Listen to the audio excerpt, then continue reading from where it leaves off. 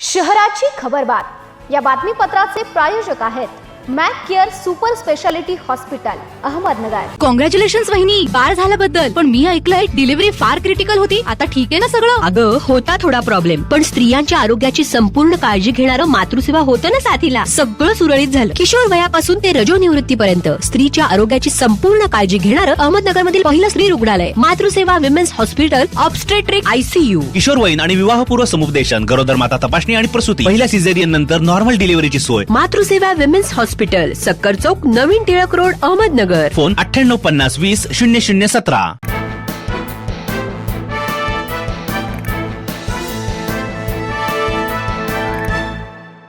नमस्कार, मी साक्षी, न्यूज 24 सह्याद्रीमध्ये तुमचं स्वागत। पाहूया अहिल्यानगर शहरातील महत्त्वपूर्ण बातम्यांचा आढावा शहराची खबर बातमीमध्ये।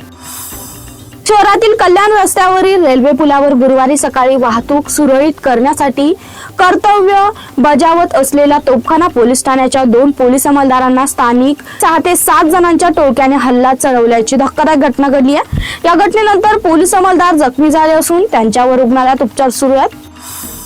शहरातील वाहतूक व्यवस्था सुरळीत व नियंत्रित करण्यासाठी महापालिकेकडून उपाययोजना केल्या जात आहेत। जिल्हाधिकारी डॉक्टर पंकज आशिया यांच्या उपस्थितीत झालेल्या बैठकीतील सूचना शहरात वाहतूक शाखेकडून करण्यात आल्याची सूचना यानुसार एकेरी वाहतूक प्रस्तावित करण्यात आली असल्याची माहिती आयुक्त तथा प्रशासक यशवंत डांगे यांनी दिली आहे।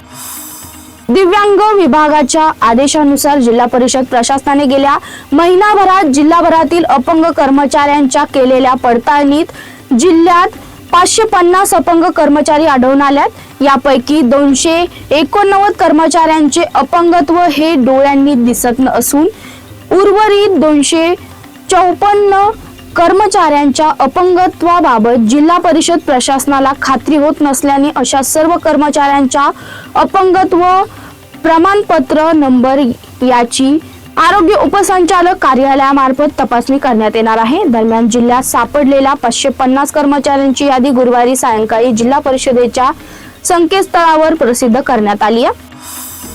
नगर जिल्ह्यात रोडवरील रेल्वे पुलावर वाहतूक सुरळीत करत असलेल्या 2 पोलिसांवर 10 ते 12 जणांनी जीवघेणा हल्ला केला। या हल्ल्यात पोलीस कॉन्स्टेबल बाळासाहेब भापसे हे गंभीर जखमी झाले। त्यांच्यावर नगरमधील खासगी रुग्णालयात उपचार सुरू आहे। ही घटना गुरुवारी दुपारी 11 वाजेच्या दरम्यान घडली। या प्रकरणी 8 जणांविरुद्ध तोफखाना पोलीस ठाण्यात गुन्हा नोंदविण्यात आलाय।